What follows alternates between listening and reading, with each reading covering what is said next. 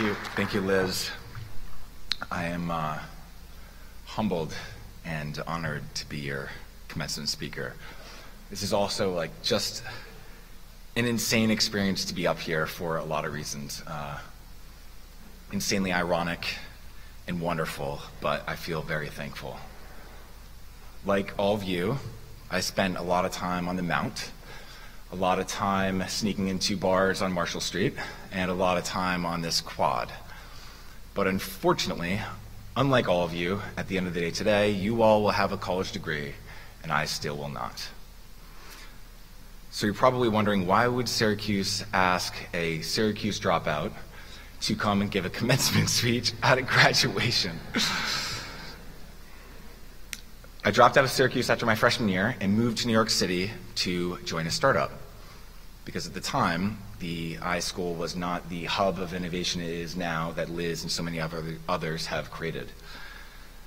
I moved to New York City with a few $100s, a backpack, and a blow-up mattress that unfortunately popped on my second night in New York City. So my early days consisted of a lot of the same outfits, giving myself haircuts, eating peanut butter for meals, and always pretending to be surprised when a friend of mine pointed out that my mattress was popped, like I hadn't slept on it for 6 months. Since then, I have been incredibly fortunate to be part of some amazing teams. I've been CEO of 2 companies, and our companies have been acquired for over a few $100 million. But today, it's,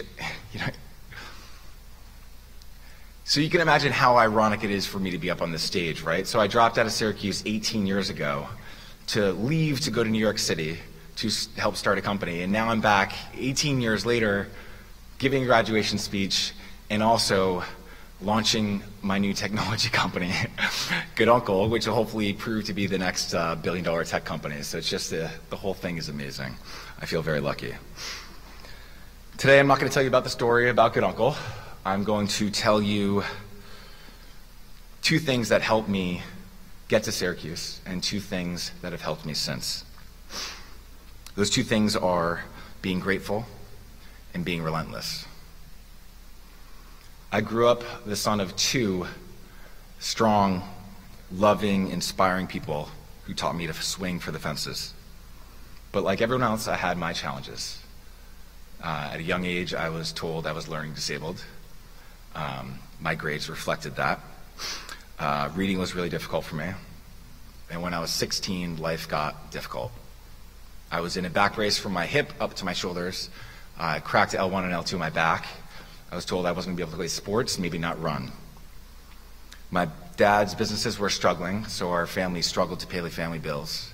My mom worked tirelessly to make ends meet. And that year, when I was 16, things got worse. My dad got sick, and within 3 months went from a healthy 160 pounds to a mere 90 when he died. The night of his 50th birthday, he pulled me into his room, and he told me a story about a building he refurbished in Providence, Rhode Island. The building was beautiful and tall, but the one challenge with it was one entire side of the building was just all brick walls. And so what he did was he hired an artist in Providence to paint these big, beautiful bay windows on the side of the building. And they were so realistic that when you walked by the building, you thought that they were real. And he said to me that life was going to get really difficult, and that I had a choice to make ultimately. That I could either let all these negative things define who I was, or I could define my own path. I could either let life happen to me, or I can make life happen.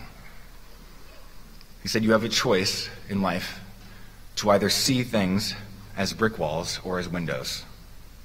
And his point was not to ignore the windows, but instead to see them as challenges, look for inspiration, and see them as opportunities to paint my own story over it.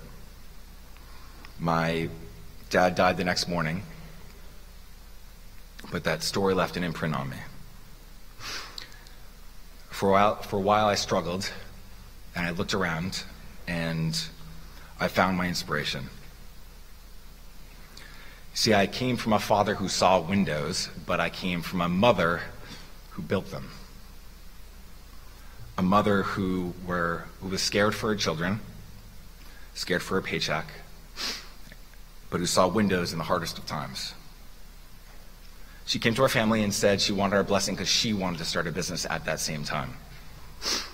A business for women to help thousands of women and to help support our family. A mother who made it to all my wrestling matches. A real-life role model. And so it clicked for me at the age of 17 that I had a choice to make. And I could either let life happen to me or I could make life happen. And I chose to make life happen. My junior year, I took stock of what I had and moved forward. I couldn't run because of my back brace, but I could wrestle. So I trained morning, day, and night and became a state champion and an All-American wrestler that year. I knew my grades were never going to be very good, so I filled up a rap sheet of extracurriculars from joining the a cappella group to the orientation committee to the athletic association. I taught a poetry class. I volunteered at the Dominican Republic, anything to do to get me into a good school. We struggled financially, so I worked multiple jobs. That is how I got into Syracuse. I got into Syracuse not because of my grades, not because I'm the smartest person in the room, and not because of my connections. I got into Syracuse because I took advantage of the things that were different in myself, and I built windows out of whatever materials I had. That's how I got into Syracuse, and that's how I built my companies. My companies have hired thousands of people right out of school, just like yourselves.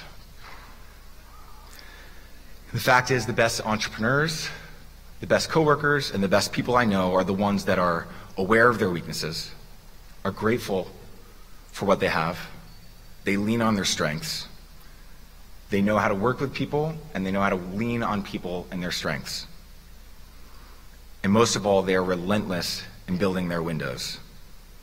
My point is, we're all different. We have different strengths, different weaknesses, different insecurities. I know I do. We all get scared, and it's so easy to look around you all the time and think there's so many people around me that may be smarter or faster or better connections or better degrees, financially stable or whatever. In the coming years, you're going to run into a lot of brick walls, at least what may seem like brick walls. Jobs you won't get, relationships that will end, ideas and projects of yours that won't be accepted or won't work. But we all have a choice every single day to wake up and decide if we're going to succumb to these brick walls, our insecurities, or instead feel grateful and paint our own stories over them. My advice to you are two things. One, be grateful. Take stock in what you have around you, what you have in you, your family, your friends, your degrees, all your strengths and all the weird things that make you you. Secondly, realize that you have that choice every single day to either see those challenges as things you can't overcome or something you're going to paint your own story over. To honor being grateful, I ask of you to do one thing today, and that is to think of a couple people or at least one person who's helped you get here today and thank them. Thank them for their love, thank them for their support, whatever it may be, but take the time to thank them. For me, I think of my mom, who's here today. She's the one who raised me.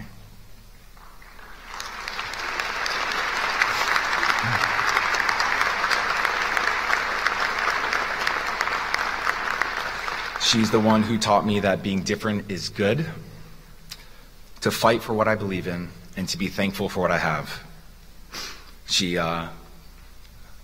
Some of the people here noticed that I had some wings hanging out of my socks here. It's because I'm wearing Batman socks today because my mom calls me Batman. And that's how I felt growing up. Blessed. Mom, I love you. I am so glad you finally get to see me on a graduation stage of Syracuse.